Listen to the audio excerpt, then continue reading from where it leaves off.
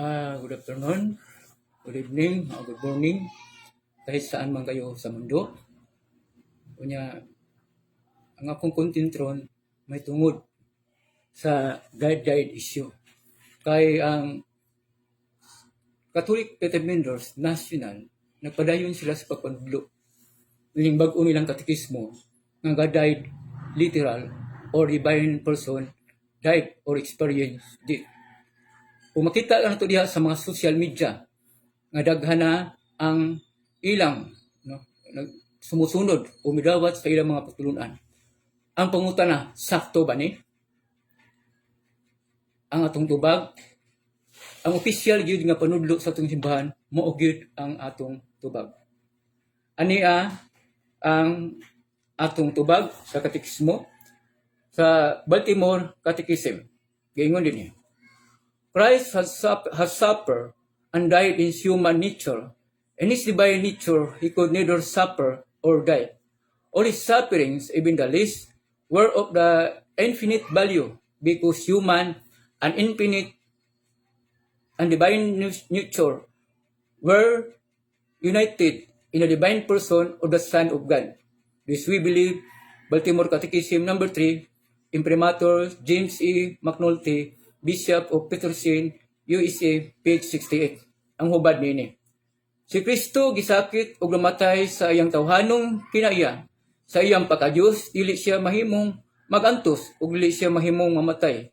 Sa diha nga namatay si Jesus, ang iyang kalag ug lawas nagkabulag apan nagpabiling nahiusa anyang Dios ng persona sa iyang lawas nga didto sa lugmanan ug ang iyang kalag didto sa limbo. This we believe, Baltimore Catechism number 3, page 71. So, klaro kayo. Sa Baltimore Catechism, ang unsa ang namatay sa ira pagkatao. Unsa ang magantos. So, dili mahimo nga ang iyang pagka-Diyos magantos o mamatay. So, giklaro ni sa atong Baltimore Catechism. So, gitubag na. Diba? Unya, sa pagkamatay sa atong Hesus, nagkabulag ang lawas. Apan, nahiusa ang Diyos ng persona, ang lawas dito sa limbo. O iyang kalag, dito sa lugmanan. O iyang kalag dito sa limbo. So, giklaro sa atong katekismo, Baltimore Catechism, nga dili mamatay ang pagka-Diyos ni Kristo, kundi ang pagkatao lamang. O dili wala sa gibutan diri ang mamatay ang divine person kay mao man na naghiusa man ang Dios o katao ni Kristo, nahiusa man diya sa Dios nung persona yung saon man na pagkamatay nga wala man gibutang dire. Nya kini opisyal man siya nga panudlo sa atong simbahan. Og tungod atong sa barayon ta pagbasa. Tungod kay kini opisyal nga panudlo sa iglesia, ang musupak nini dili na usa ka Katoliko. Baltimore Catechism, page 118. So, padayon ta, no? Ang balaang kasulatan nag-ingon, kay alang sa hari sa mga katuigan, nga dili mamatay, nga dili makita, 1 Timoteo 1:17. Busa usa kadakong irihi, ang magtudlo, nga sa pagkamatay ni Jesus sa cross, naapil o namatay usab ang iyang pagka-Diyos. Ang iyang pagka-Diyos, misalmot sa iyang sakripisyo sa cross, apan wala maulipon sa kamatayon. Unsa diay? Wala maulipon sa kamatayon. Nya kining statement sa ato authenticated ni siya unapproved sa atong kanhi nga Archbishop His Eminence Ricardo G. Cardinal Vidal. So giklaro, no, nga dili mamatay ang divine person. No, dili mamatay, kundi ang pagkatawra o dili mamatay ang pagka-Dios. Ug daghang pa mga dokumentasyon sa simbahan niini nga opisyal na gid nga panudlo kadtong konsilyo sa Trinto, Council of Trent, page 57. Unsa may kasulat dito atong basahon. We see in the strictest truth that God died, but the suffering, death, and burial apply to Jesus as human nature only, not as God. Emphasis mine, to suffer and die are incidental to his human nature only. Catechism of the Council of Trent, page 57. Ito pa, giklaro gihapon sa panudlo sa atong simbahan, clarification nga unsa ang mamatay, pag-ingon nga God died, i-address na o ipinugod na sa pagkatao sa atong Ginoong Espiritu. Mao lamang ang mamatay. Ang mag-suffer, mamatay, o sa iyang lubong, may tungod na sa pagkatao, dili ma-apply sa pagka-Diyos. Basta moingon ka nga, God died, so may tungod na sa pagkatao ni Kristo na maoy namatay o maoy nagantos. So makita na to, no? Sa Council of Trent. Pag ingon God died, dili literal. Nganong po ano to nag-literal, no? Nga God died raman. Nya doon na may sumpa na, i-clarify mo na sa atong simbahan. So klaro kayo, no?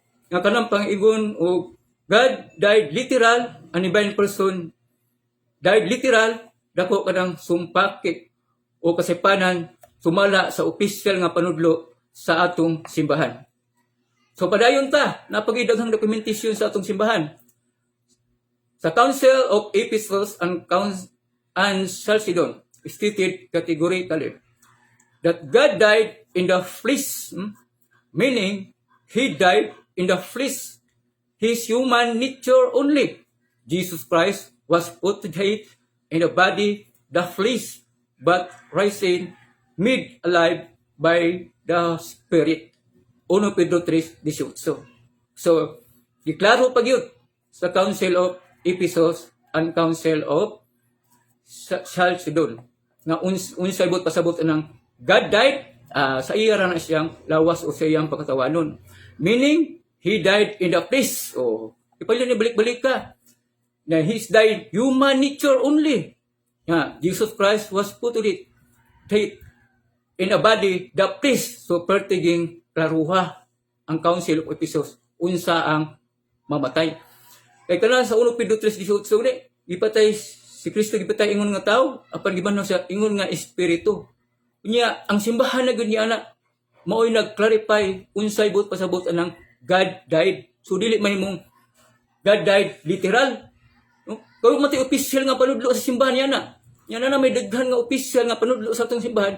O unsay pasabot anang God died. Yung God died sa tawhanon ng kinaiya ni Kristo. His human nature only. Only. So, ito pa, wala na ilain. Nabay only nga wala na daghan pa. Unya, ang word nga God died, kapilagid balik-balik ka sa 1 Pedro 18. Kaliman siya balik-balik ka. No? Nag-i-address ng gyapon sa pagkatawhanon o pagkaudnon sa atong Ginoong Hesukristo. Busa, klaro kayo, ang opisyal nga panudlo sa atong simbahan may tungod sa unsay bot pasabot ng God died. So, dili po di kunan nga literal. God died literal. Dili kunan. Kay klaro gid ang gipasabot ini God died sa ududnon o sa pagkatao sa atong Ginoong Hesukristo. So, mao ni, no? Ang opisyal nga panudlo sa atong simbahan. Maingong itag opisyal gani.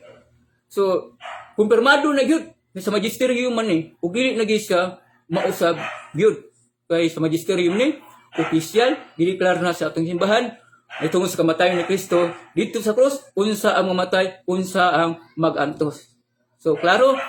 So, daghang salamat ug maayo na tong mayong hapon tong tanan. Ako si Bratino Sarido from Cebu City. God is always alive. God bless you. So, daghang salamat.